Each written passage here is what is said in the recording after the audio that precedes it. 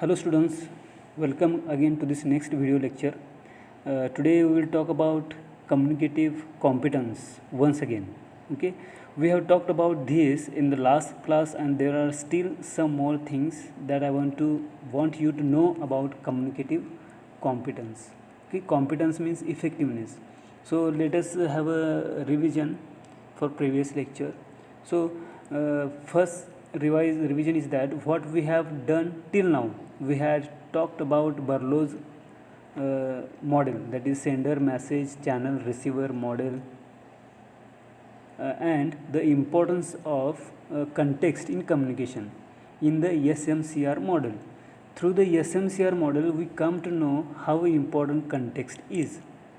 We have also talked about why intercultural communication is important in business. We have talked about what makes business dealings, especially in today's day and age, intercultural. Okay, we have talked about the things that make us different from each other.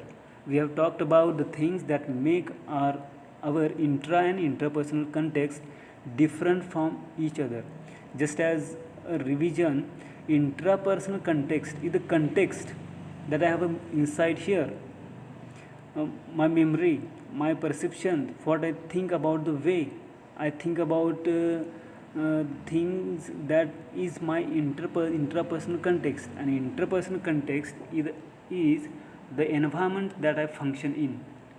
So we have discussed the things in our minds and outside of our bodies, within our environments, that make us different from each other.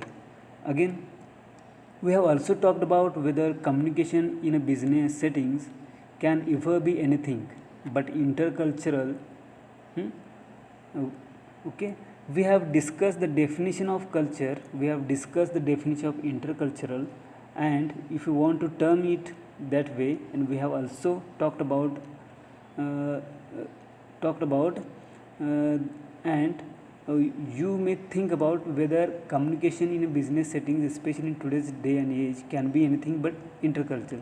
So this is something that I will not give you an answer. This is something that I expect you as receivers of this course, as listeners of this lecture, to think about yourselves and figure it out for yourselves.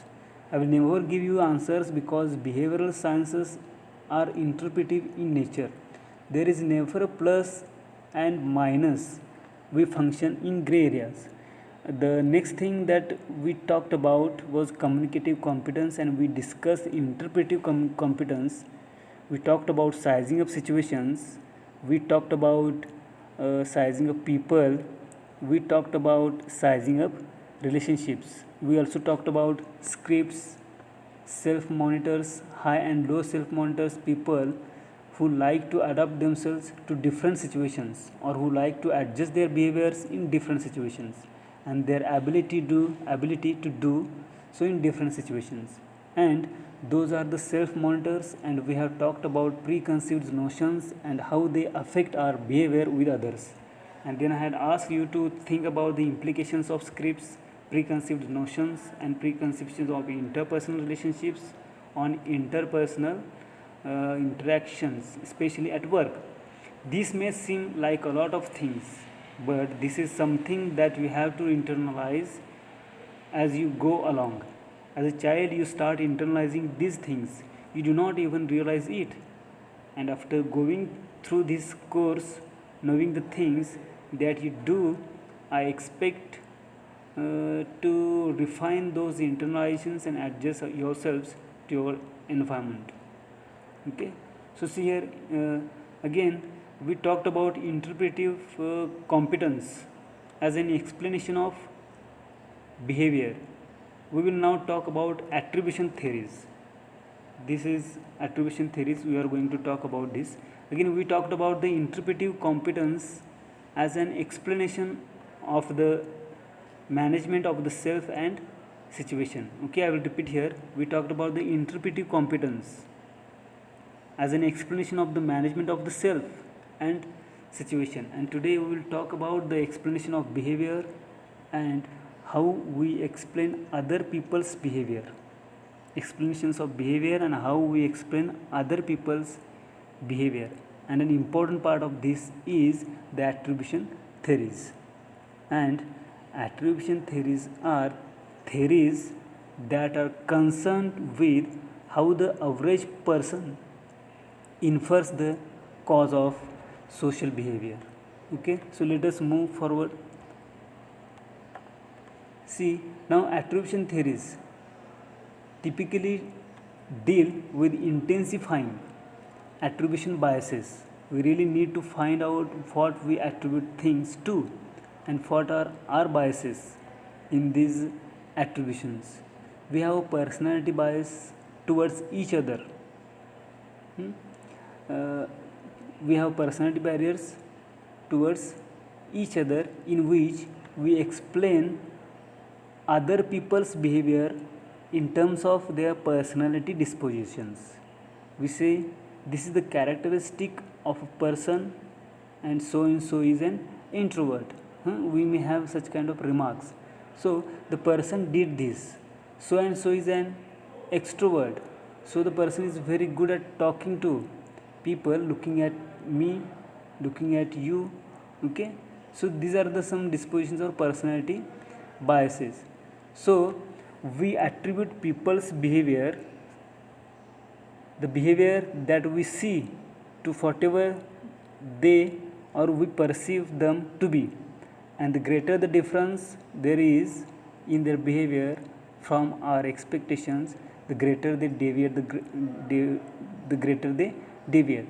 Their behavior deviates from our expectations, the greater is our personality bias towards them.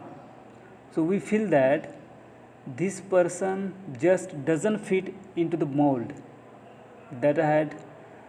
This person just doesn't fit into that classification, that category of an outgoing person. Okay, so students, just keep in mind whatever I am talking, you have to focus whatever I am speaking here. And if you don't realize, again revise that content, just have a playback again, listen it and try to understand that.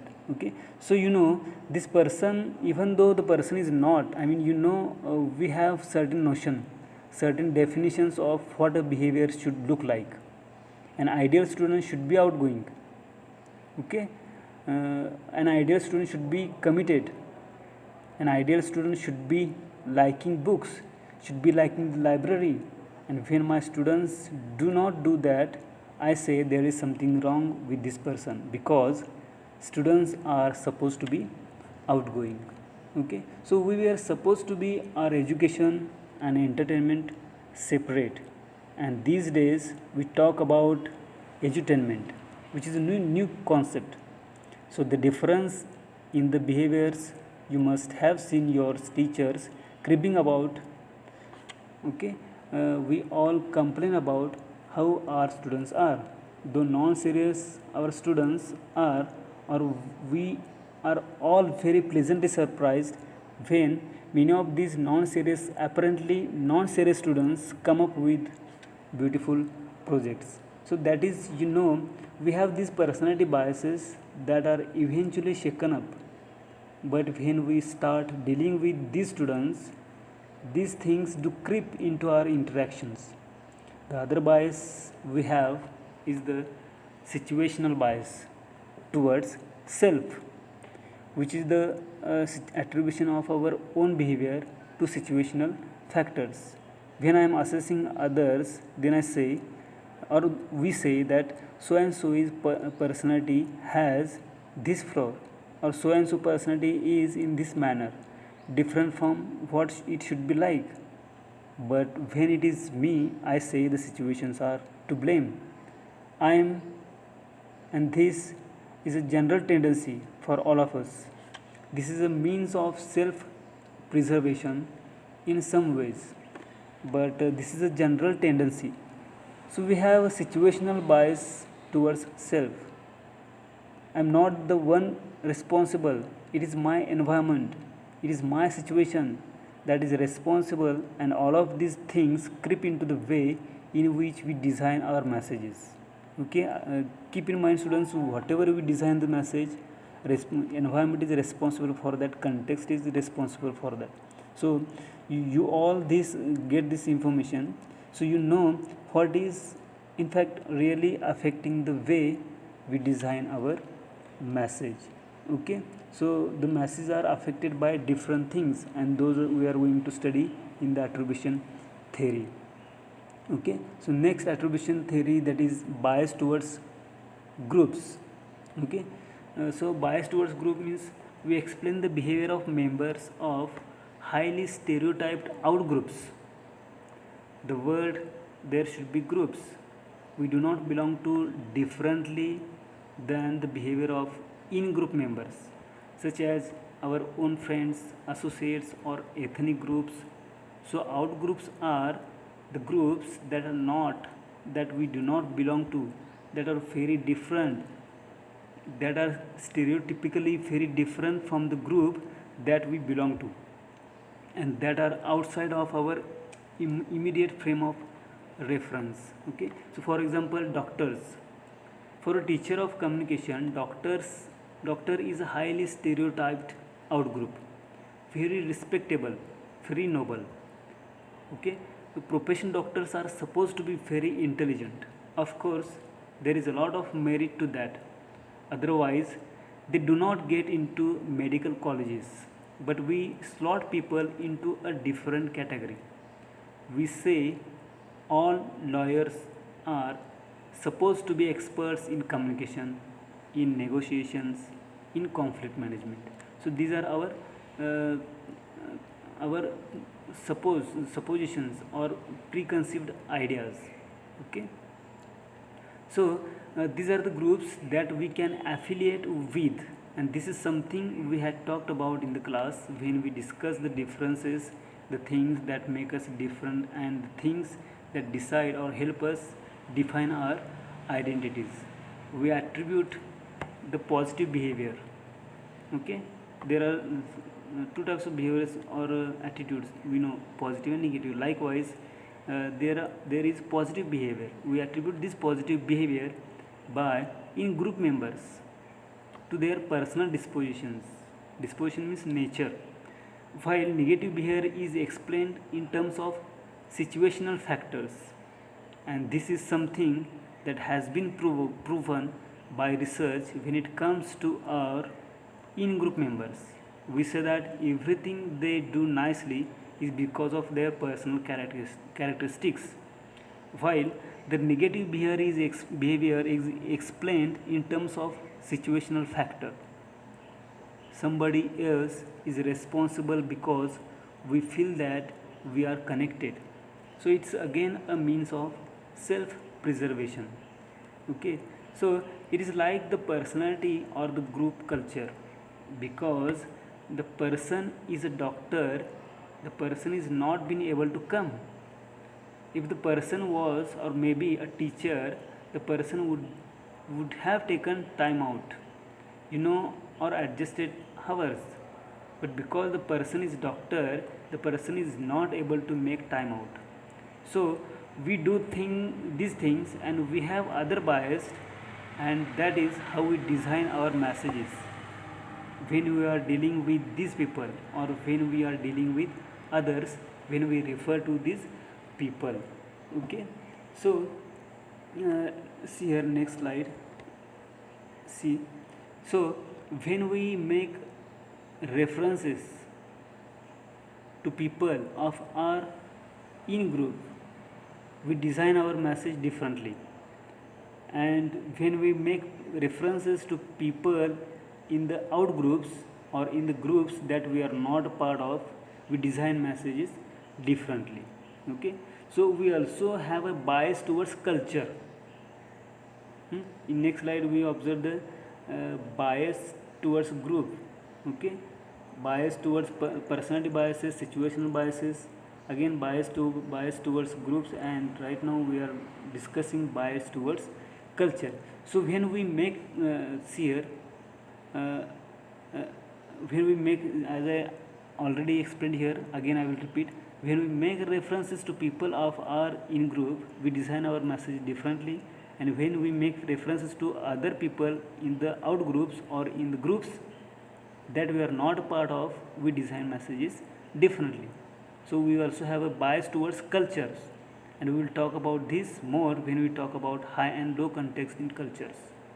Okay, so in individualistic cultures, behavior is usually attributed to individual personality characteristics, and in collectivistic cultures, even individual behavior is usually attributed to situational factors, and we will discuss more about this when we talk about high and low context culture and how these are very different. So I just want you to think about these things and why this must be happening, and I will come back to you to these things in another lecture. Okay, so there is a reference of context and competence. Okay, competence means effectiveness. So now, because of all these things, you must have realized the importance of context in competence. We talked about what competence means. Competence is the effectiveness. Competence means effectiveness. We discussed that. Competence is how effective or how well you are able to send your message across, putting it very crudely. Something about context and some competence, and competence one meaning and information are socially competence one meaning and information are socially constructed. So we decide the environment that we function in our intra and interpersonal context. We again, what we decide, we interpret as the meaning of a situation, and what we communicate to other people.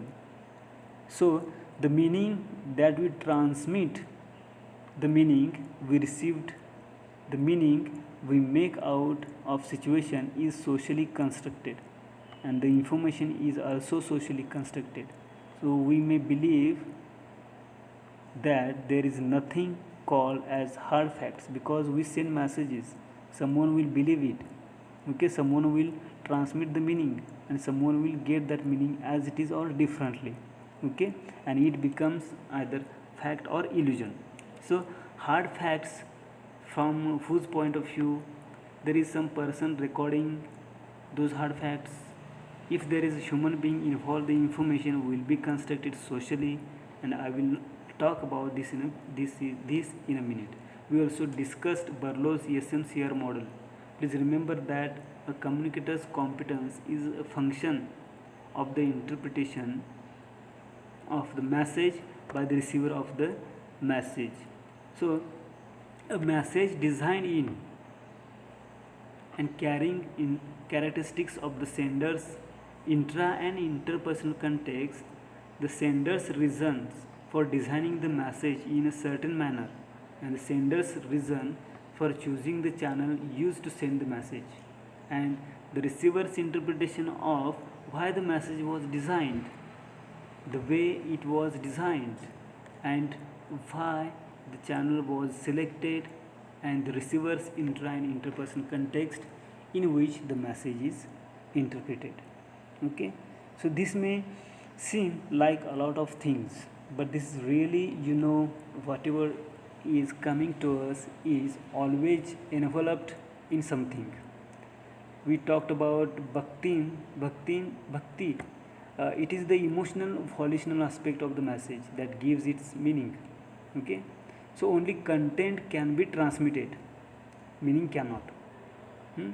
And this is what Good Sense said, and we talked about that earlier. So it is the environment, it is our interpretation of the environment that gives the message its meaning. It is virtually impossible to remove all traces of context, preconceived notions, and scripts, okay, and biases from any message designed and or interpreted by a human being. Please take my word for it, and if you think very deeply, you will realize that this is really true. You cannot remove the context from the message. Okay, it is just impossible. So there is only one way of doing things, but when we are talking to human beings, or when we are interpreting things, there is a million ways in which we send a message. or interprets a message with machines. We have only one way. If we do it in is slightly in another manner, the machine interprets it differently. So there are very clear cut instructions as to how to go about sending particular messages. And if you think about those things, you will realize that this is really true. Okay, so let us talk about communicative competence in the business environment. Okay, I told you about the history of communicative competence little bit, so it is not necessary to again discuss here. So next point is management. So let us now move to, let us revise a little bit.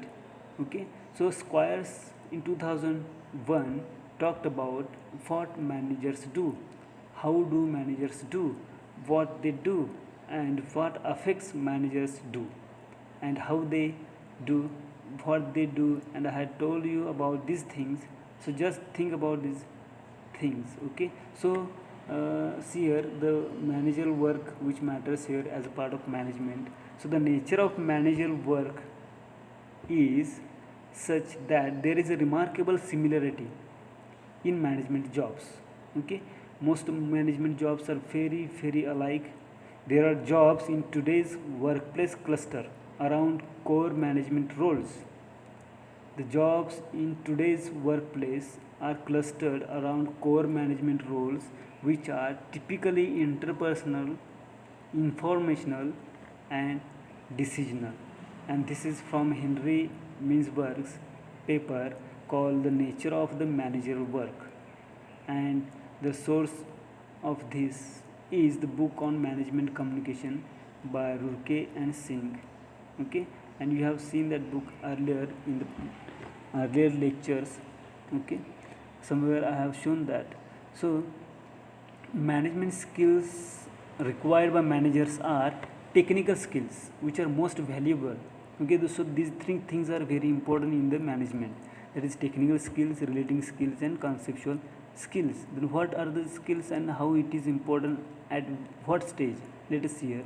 Management skills required by managers are technical skills which are most valuable at the entry level. They are less valuable at more senior level. Okay, so if you are good technical skills, it is important at the entry level, but they are less valuable at more senior levels, because you are supposed to have internalized them by them. Okay, the relating skills which are very valuable across the managerial career span, and concept skills which are least valuable at the entry level and more valuable at the more senior levels. So the relating skills is what we are really talking about here. So see here, we are talking about how we interact, how we interact with others who help us in our work. Okay, so communication is invention. We talked about the creation of meaning through communication. Managers create meaning through communication. You get data, you get information from people, and then you make some sense out of it and act accordingly. Okay, so managers figure things out by talking about them as much as they talk about the things they have already figured out. Think about this. Okay, so talk is the work, means what is the percentage of the manager of spoken communication. See here in next slide. See, talk is the work. Okay, so I will leave you to interpret this talk is the work. So here is the research has demonstrated that managers across industries spend 75% of their time in verbal interaction, and this includes one-on-one or face-to-face telephone conversation, video teleconferencing, presentation to small groups, public speaking to larger audiences. So Lark is another person, a writer, who has mentioned in a paper on communication. He mentioned that in a paper on communication change talked about said that he said that deep down managers believe that they are communicating effectively. Okay, so would all the poor communicators, so here question is raised here in next slide. Okay, what is the deep down managers? So see here, Lark has presented the paper and he said that deep down managers believe, deep down managers believe that they are communicating effectively. Okay, so in 10 years of management consulting, we have never had a manager say to us that he or she was a poor communicator. Do you think that managers are poor communicator? Okay, so they admit to the occasional screw up, but overall everyone without exception believes that he or she is basically a good communicator as a manager. Okay, so then problem, so then what is the need? What is the need? Why do we need to have these classes like business communication classes or another coaching classes? Why do you need to learn about communication? And I will tell you that in a minute. This is because the industry is facing a problem. There are various studies over the years that say, that prove that there are recruitment concerns, there are training concerns, there are performance concerns. We all believe that we all are excellent communicators, but according to the industry, according to the people who hire you, according to the people who train you, according to the people who assess your work, these people feel that management graduates just do not know how to use the skills they claim to have. You say yes. You claim those skills. You say that yes, I'm good with finance, I'm good with marketing, I'm good at convincing people, I'm good at this, I'm good at that, but you're not able to convince the people you deal with.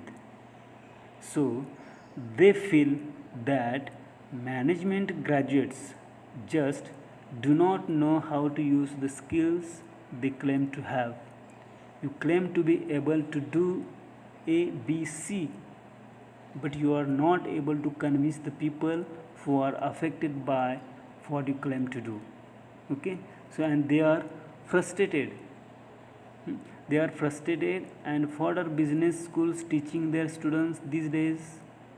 Intercultural communication. Okay, so intercultural communication competence is an impression that behavior is appropriate and effective in a given context. This is the reason why we need to study intercultural communication competence. Okay, so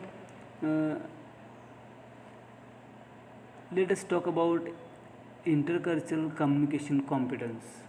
Okay, so according to Spitzberg, intercultural communication competence is an impression that behavior is appropriate and effective in a given context. The next term is appropriateness. Appropriateness means that the values, norms, and that the valued rules, norms, and expectancies of the relationship are not violated significantly. So effectiveness is the accomplishment of valued goals or rewards relative to cost and alternatives. Okay, so appropriateness is the fitness of any type of communication in the situation.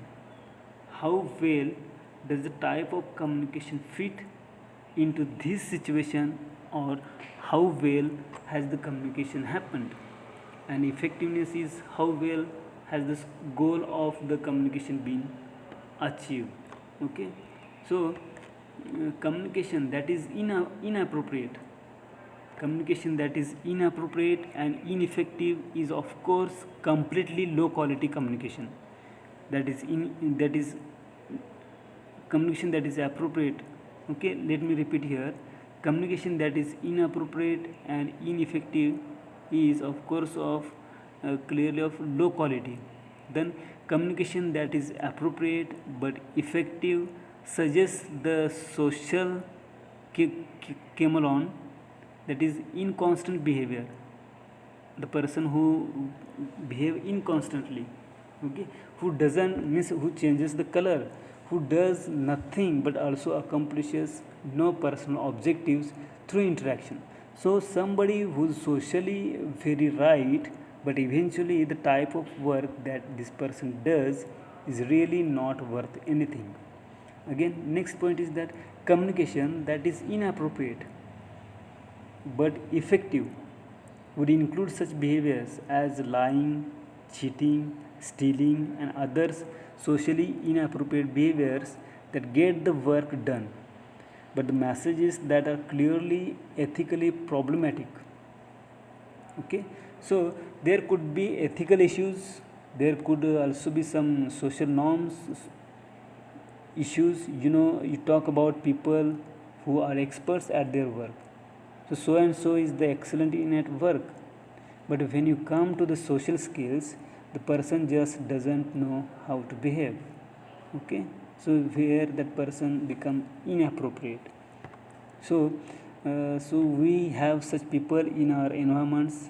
Wherever we go, things could be ethically, morally also go wrong, that are not really fitting in, and this is according to Spitzberg 1994. Spitzberg proposed an integrative model of intercultural competence. Okay, and we will try and cover this entire model in this class, and let me just show you this model. According to this model, there are two people in the interaction. Okay, there is an actor and the co-actor, not a sender and receiver. It is the actor and the co-actor, actor and co-actor. Okay, these are the two people who are involved in the interpretation. So it is the actor and the co-actor, and if you see this part of this slide is mirror, this part is the mirror of this part. Okay, and see here, this part of this slide is a mirror of this part, and the slide is a mirror image of this part. It is just slightly up here. So this shows that there is some sort of difference, some moment in the communication, motivation, reward, personal objectives and goals and anxiety. There are skills, there are knowledge functions, and there are outcomes.